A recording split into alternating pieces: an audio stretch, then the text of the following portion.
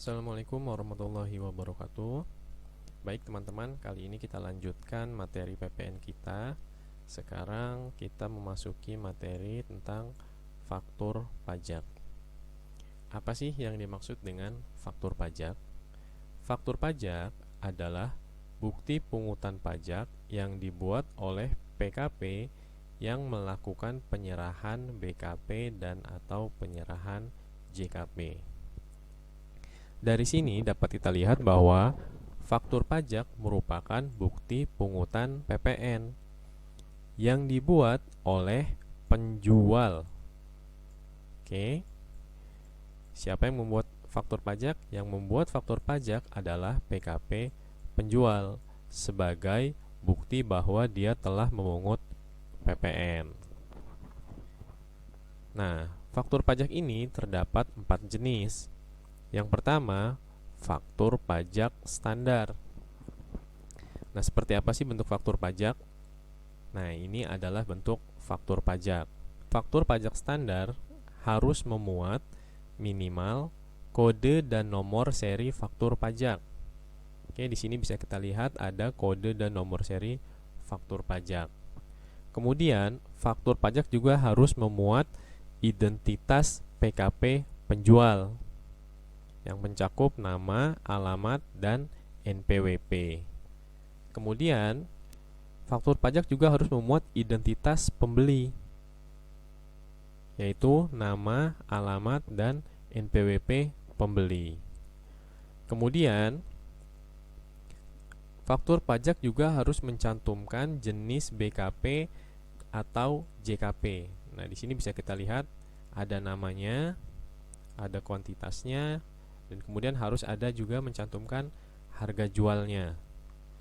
Kemudian kalau ada potongan harga dicantumkan. Kemudian berapa sih jumlah PPN-nya? Di sini harus dicantumkan PPN terutangnya, dan kalau ada PPN BM dicantumkan juga di sini. Kalau tidak ada ya diisi 0. Faktur pajak standar juga harus memuat tanggal faktur pajak dibuat, kemudian nama penanda tangan faktur pajak dan tanda tangannya.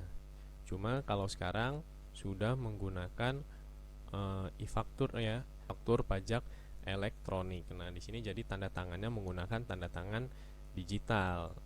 Nah, inilah yang harus dicantumkan di dalam faktur pajak. Kalau tidak ada salah satunya, maka disebut dengan faktur pajak tidak lengkap. Dan resikonya kalau PKP penjual menerbitkan faktur pajak yang tidak lengkap, itu sama saja dengan tidak menerbitkan faktur pajak, sehingga bisa dikenakan sanksi. Kemudian bagi pembeli yang menerima faktur pajak tidak lengkap, maka dia tidak dapat mengkreditkan pajak masukannya. Sekarang kita lihat jenis yang kedua, yaitu faktur pajak gabungan. Apa sih faktur pajak gabungan ini? Faktur pajak gabungan pada dasarnya adalah faktur pajak standar sama seperti yang pertama ini, namun dia meliputi seluruh penyerahan yang dilakukan kepada pembeli yang sama selama 1 bulan kalender. Oke, kalau kemarin kita ingat kapan saat pembuatan faktur pajak, yaitu pada saat penyerahan barang. Nah, dalam praktiknya bisa saja pembelian ini dalam 1 bulan itu ada pembeli yang sama, dia membeli beberapa kali. Misalnya dia tanggal 1 beli, kemudian tanggal 5 dia beli lagi, kemudian tanggal 7 dia beli, tanggal 9 dia beli. Nah, kalau ini dibuat setiap kali transaksi, mungkin akan merepotkan bagi PKP penjual. Oleh karena itu, untuk meringankan beban administrasi, maka diberikan keringanan, yaitu diperbolehkan membuat faktur pajak gabungan. Seluruh transaksi ini kalau normalnya dibuat 4 kali, tapi dia diperbolehkan dibuat 1 kali saja dengan menggunakan faktur pajak gabungan. Nah, ini yang dimaksud dengan faktur pajak gabungan.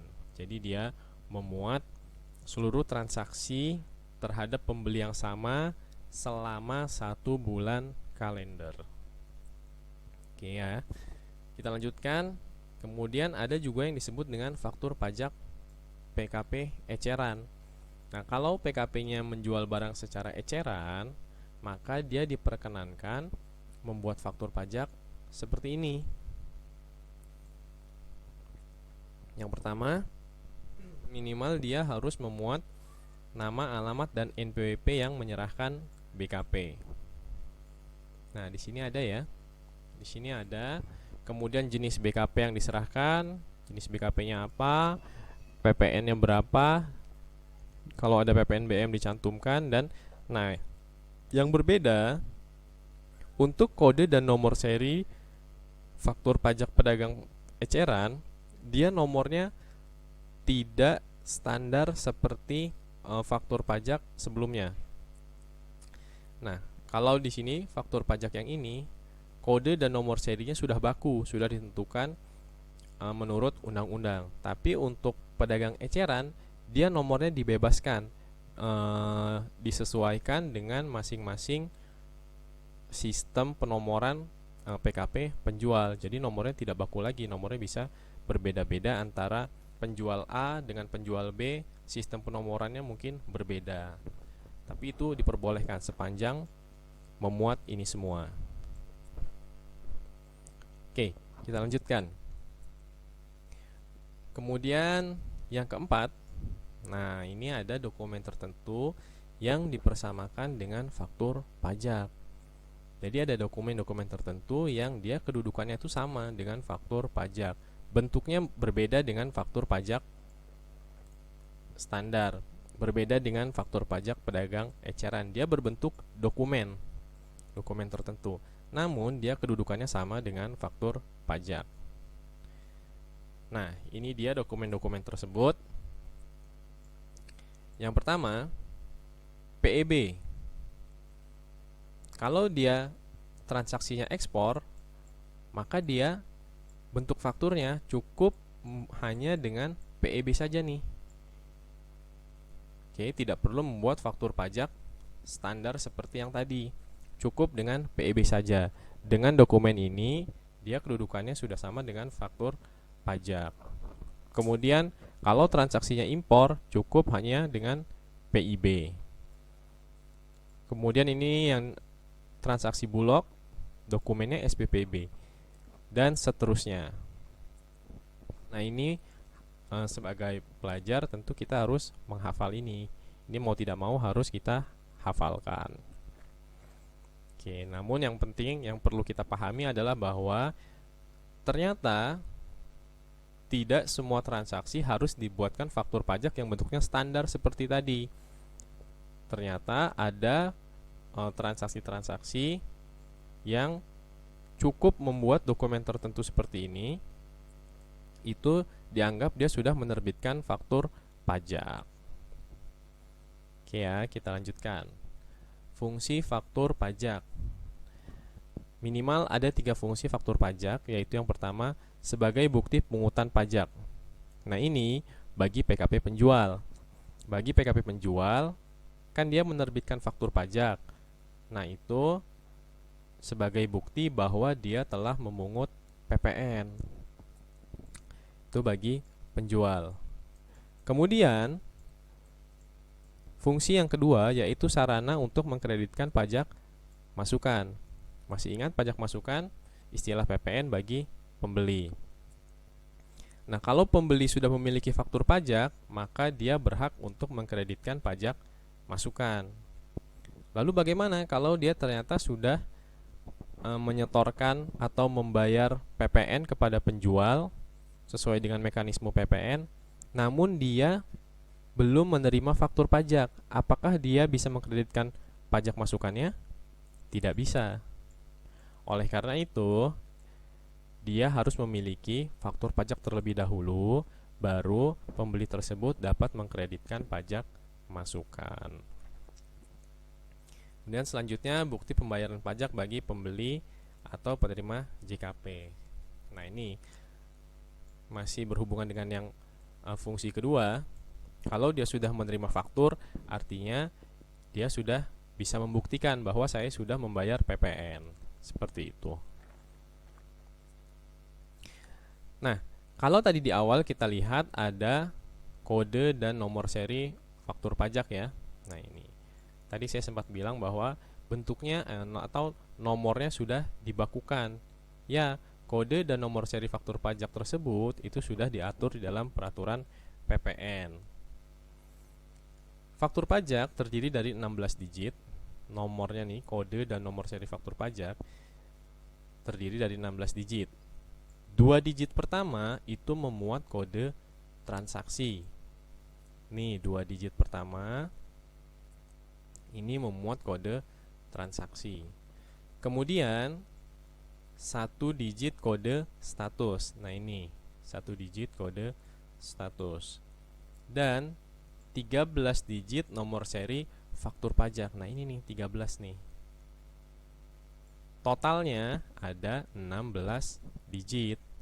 Namun yang diberikan oleh DJP hanya 13 digit, ini saja.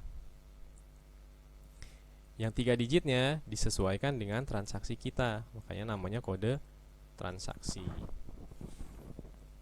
Oke, kita bahas satu-satu. Nah, 2 digit pertama yaitu kode transaksi. Nah, ini ada kode-kode yang sudah disiapkan oleh peraturan. Kalau transaksinya kita penyerahan kepada PKP penjual seperti mekanisme umum, maka pada saat membuat kode dan nomor seri faktur pajak, kode transaksinya adalah 01. Oke, saya ulangi. Ketika ada transaksi penyerahan yang terhutang PPN dengan mekanisme biasa, kodenya adalah 01, kode transaksinya. Kemudian, kalau kita penyerahannya kepada pemungut PPN bendaharawan pemerintah, maka kode transaksinya 02. Kemudian kalau penyerahannya kepada pemungut PPN lainnya seperti BUMN, nah itu kodenya menggunakan 03. Oke. Kemudian bagaimana kalau penyerahannya menggunakan DPP nilai lain? Contohnya seperti apa? Seperti misalnya kemarin kita bahas pemberian cuma-cuma atau pemberian hadiah pemakaian sendiri. Kan DPP-nya dia menggunakan nilai lain, yaitu menggunakan harga pokok. Maka ini menggunakan kode transaksi 04. Oke, kode 05 sudah tidak digunakan lagi. Kemudian kode 06 ini untuk penyerahan lainnya dan penyerahan kepada orang pribadi atau turis asing. Nanti ini hubungannya dengan istilahnya apa ya? VAT refund ya. Biasanya kita kenal dengan VAT refund itu untuk penyerahan kepada orang pribadi atau turis asing. Nah, kemudian kalau kode 07 ini untuk penyerahan yang mendapat fasilitas PPN, yaitu PPN tidak dipungut. Oke. Kalau mendapat fasilitas tersebut, kodenya adalah 07. Kemudian, kalau fasilitas yang diberikan adalah dibebaskan, maka kodenya adalah 08. Kemudian kalau penyerahannya adalah penyerahan aktiva pasal 16D, yaitu aktiva yang untuk tujuan semula tidak untuk diperjualbelikan, maka menggunakan kode 09. Inilah kode transaksi. Ada 9, tapi yang masih digunakan hanya 8 ya, yang 5 sudah tidak digunakan lagi. Oke. Selanjutnya kode status, 1 digit kode status. Kode status ini bisa diisi 0 yang menunjukkan bahwa statusnya normal. Artinya apa? Faktur pajak itu normal, benar. Nah, tapi kan terkadang dalam mengisi faktur pajak mungkin terdapat human error atau salah pengisian. Karena salah pengisian, faktur pajaknya harus diganti. Nah, kalau faktur pajaknya diganti, maka kode statusnya bukan 0 lagi, tapi diisi dengan 1, yaitu untuk status penggantian, yang menunjukkan bahwa ini loh faktur pajaknya diganti, nominalnya mungkin berbeda dengan yang sebelumnya. Kalau yang sebelumnya yang pertama kali dibuat kodenya 0. Tapi kalau ada salah pengisian kemudian diganti, maka kode statusnya menjadi 1.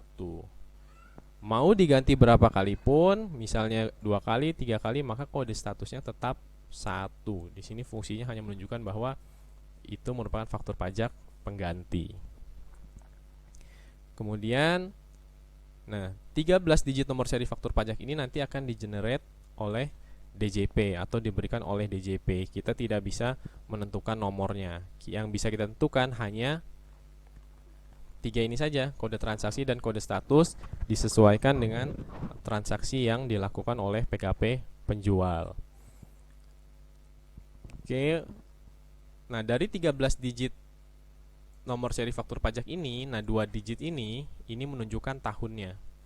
Ini karena tahun transaksinya 2020 maka diisi 20. Kalau transaksinya tahun 2019 di sini diisi 19.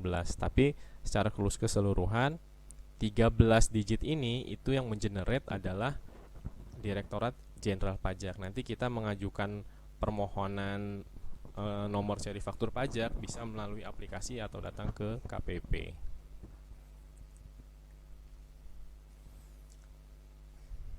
Nah, kapan sih faktur pajak dibuat? Intinya, faktur pajak dibuat pada saat terdapat penyerahan BKP ataupun JKP. Oke. Namun, masih ingat tadi disebut dengan faktur pajak gabungan. Artinya, faktur pajak bisa dibuat nanti pada saat akhir bulan, paling lambat pada saat akhir bulan dengan menggunakan faktur pajak gabungan. Oke, saya ulangi ya.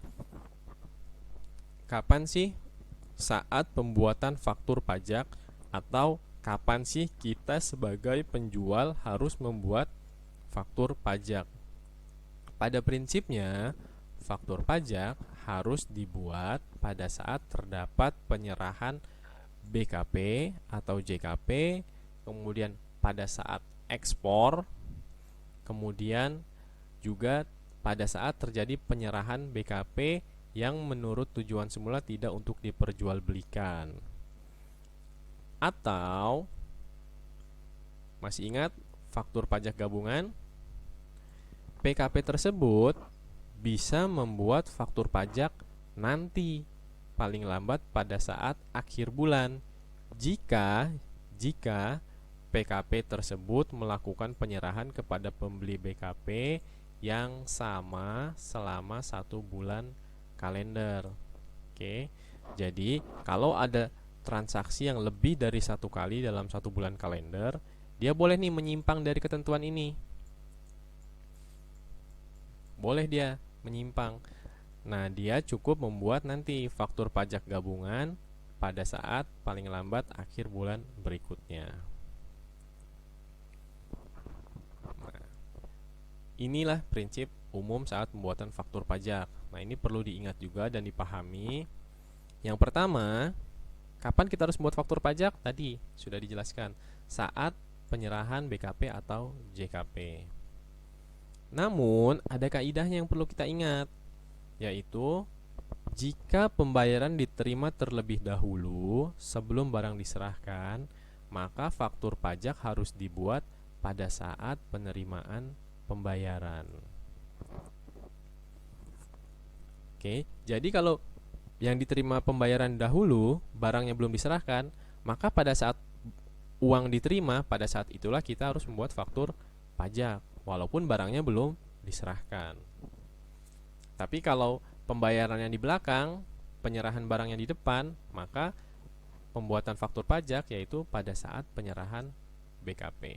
Ini perlu dipahami ya, dua ini. Kemudian pada saat penerimaan pembayaran termin dalam hal penyerahan sebagian tahap pekerjaan. Nah, ini biasanya di dalam konstruksi ya, kegiatan konstruksi. Biasanya pembayaran itu untuk konstruksi dia diterima setiap tahapan pekerjaan. Misalkan baru selesai 20%, nah dia sudah terima uang tuh, tapi hanya 20%-nya. Kemudian nanti sudah selesai lagi 50%, dia terima lagi berikutnya pembayaran berikutnya. Nah, pada saat penerimaan pembayaran termin tersebut, pada saat itu dia harus membuat faktur pajak. Oke, pada saat dia terima uang, nah itu dia harus membuat faktur pajak di setiap terminnya. Kemudian kalau transaksinya penyerahan kepada bendahara pemerintah, maka faktur pajak dibuat pada saat PKP rekanan menyampaikan tagihan.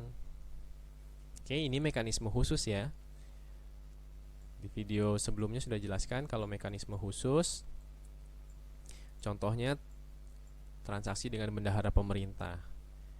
Nah, kalau transaksi dengan bendahara pemerintah, maka faktur pajaknya harus dibuat pada saat menyampaikan tagihan, bukan pada saat barang diserahkan, akan tetapi pada saat menyampaikan tagihan. Oke ya.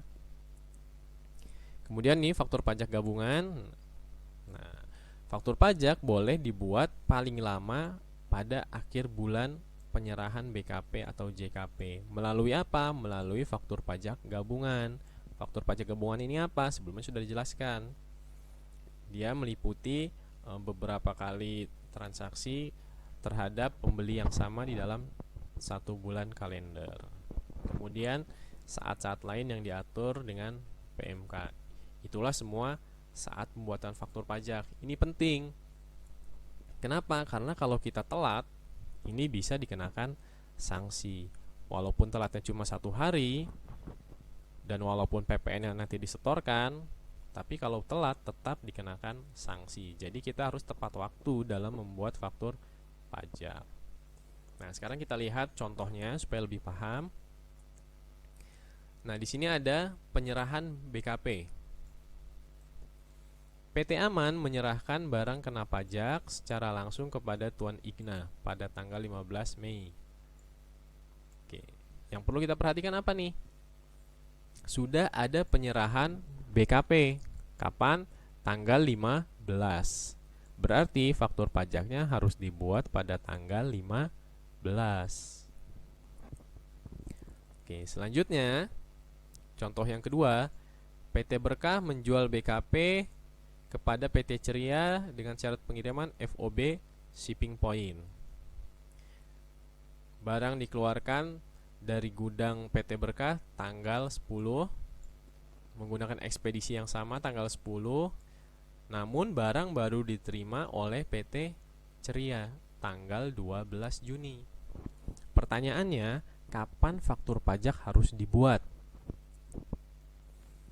Kalau kita lihat, barang sudah dikirim tanggal 10.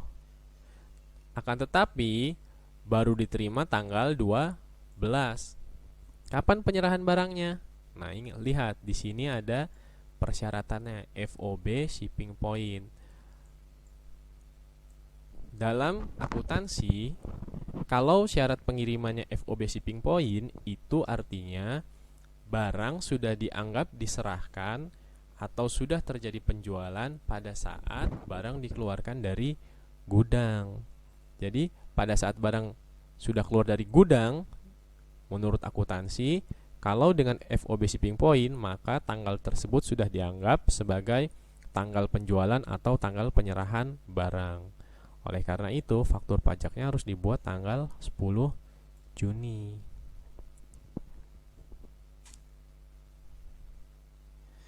Nah, sekarang kita lihat lagi contoh berikutnya.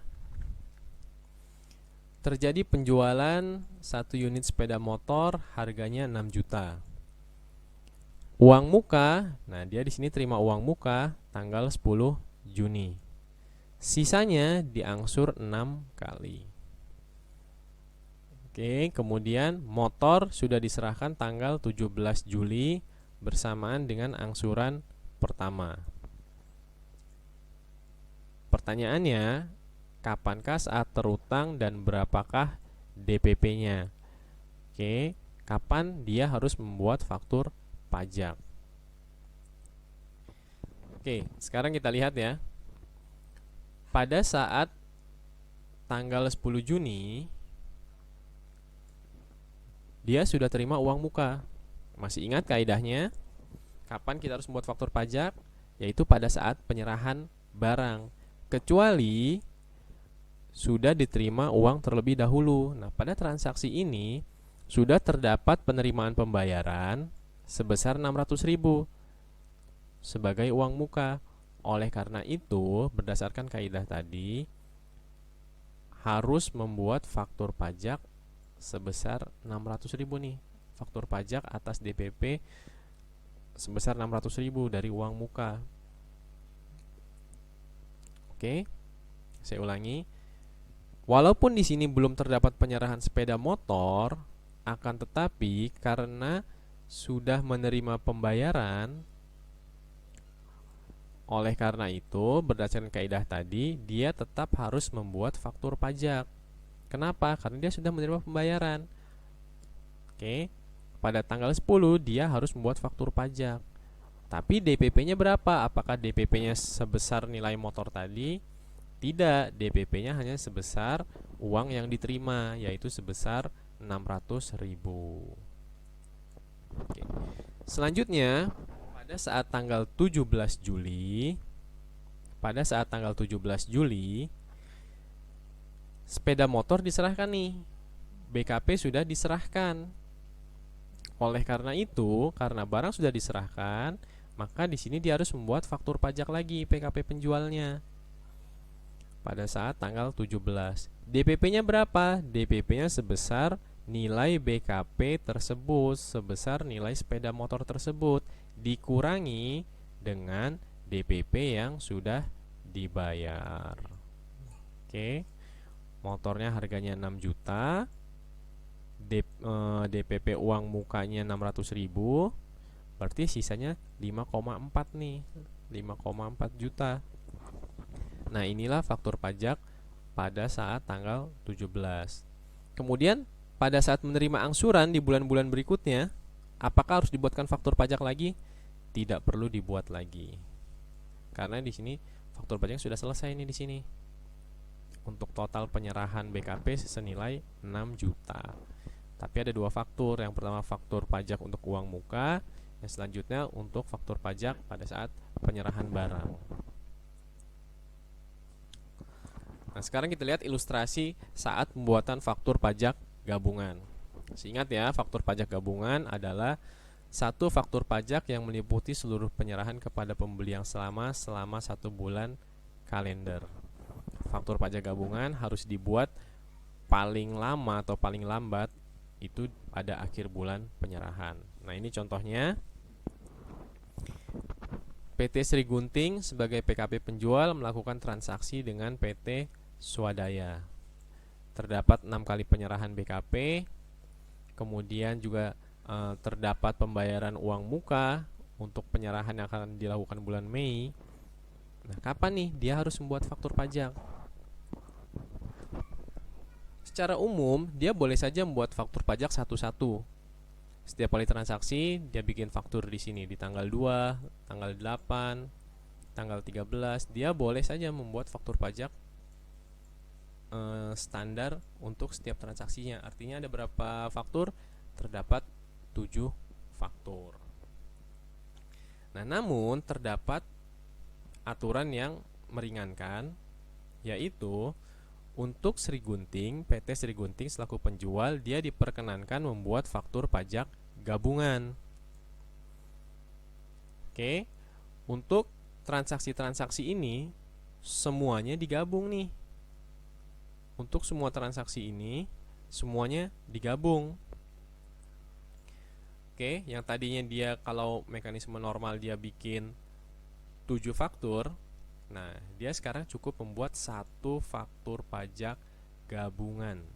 Cukup membuat 1 faktur pajak gabungan untuk meliputi seluruh transaksi selama 1 bulan kalender terhadap pembeli yang sama.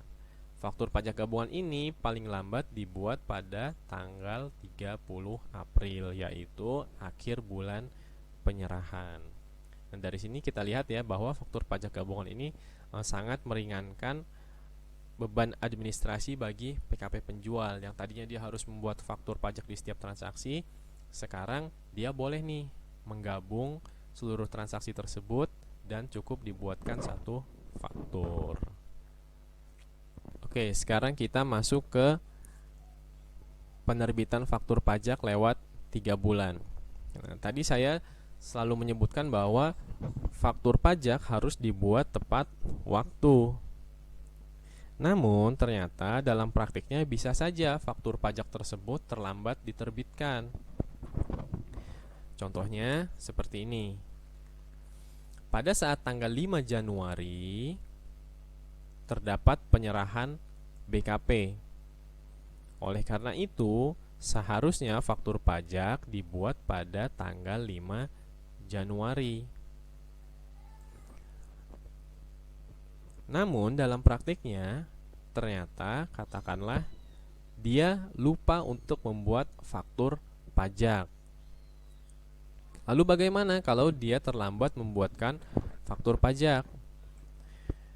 Kalau dia masih dalam jangka waktu 3 bulan, yaitu dari 5 Januari sampai 5 April, masih dalam jangka waktu 3 bulan sejak faktur pajak seharusnya dibuat, maka bagi penjual dia dikenakan sanksi.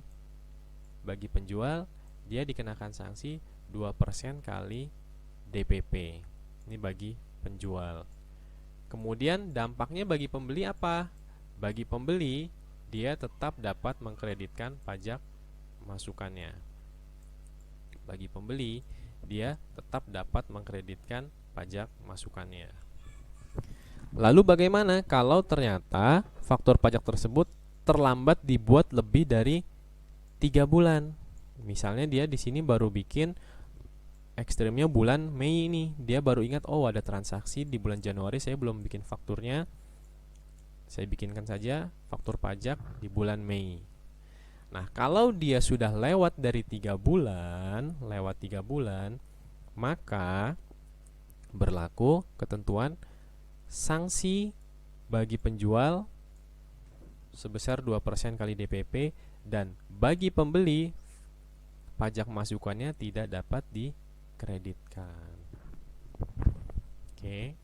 Kesimpulannya, yang pertama, faktur pajak seharusnya dibuat tepat waktu. Untuk transaksi ini harusnya dibuat tanggal 5 Januari. Akan tetapi, kalau dia terlambat dibuat dan masih dalam batas waktu 3 bulan sejak saat faktur pajak seharusnya dibuat, maka bagi penjual dia akan dikenakan sanksi 2% kali DPP. Namun bagi pembeli dia tetap dapat mengkreditkan pajak masukannya.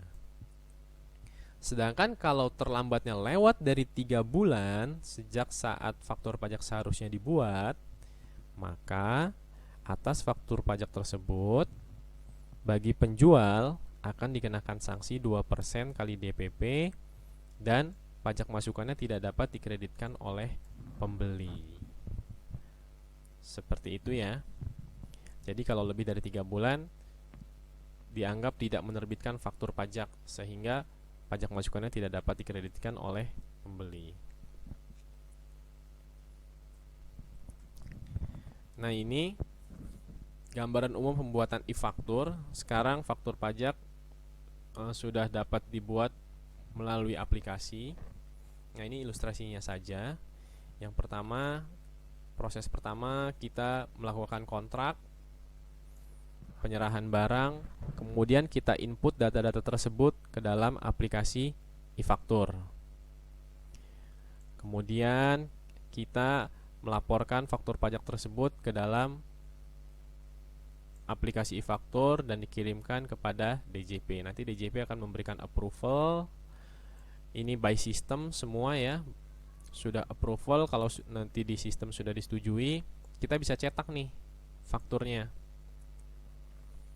Setelah kita di-approve fakturnya, maka kewajiban kita tinggal membuat SPT massa dan melaporkan SPT tersebut ke KPP. Inilah proses pembuatan faktur dan pelaporan SPT massa PPN. Nah, ada beberapa hal yang perlu diketahui. Yang pertama yaitu sekarang e-faktur berbentuk elektronik, sehingga tidak diwajibkan untuk dicetak dalam bentuk kertas. Jadi karena sudah by aplikasi seperti itu. Kemudian e-faktur juga sudah ditandatangani secara elektronik sehingga tidak perlu lagi tanda tangan basah. Nah, ini meringankan beban administrasi sekali. Karena kalau dulu, zaman dulu, faktur harus ditandatangani secara manual, itu banyak sekali. Nah, sekarang sudah dengan tanda tangan digital. Dan e-faktur menggunakan mata uang rupiah. Jadi kalau ada transaksi dengan mata uang asing, penyerahan barang dengan menggunakan mata uang asing, maka harus dikonversi ke rupiah menggunakan kurs pada saat tanggal pembuatan faktur. Oke, itulah beberapa hal yang harus diketahui terkait faktur pajak. Oke, demikian dulu untuk faktur pajak. Semoga bermanfaat. Assalamualaikum warahmatullahi wabarakatuh.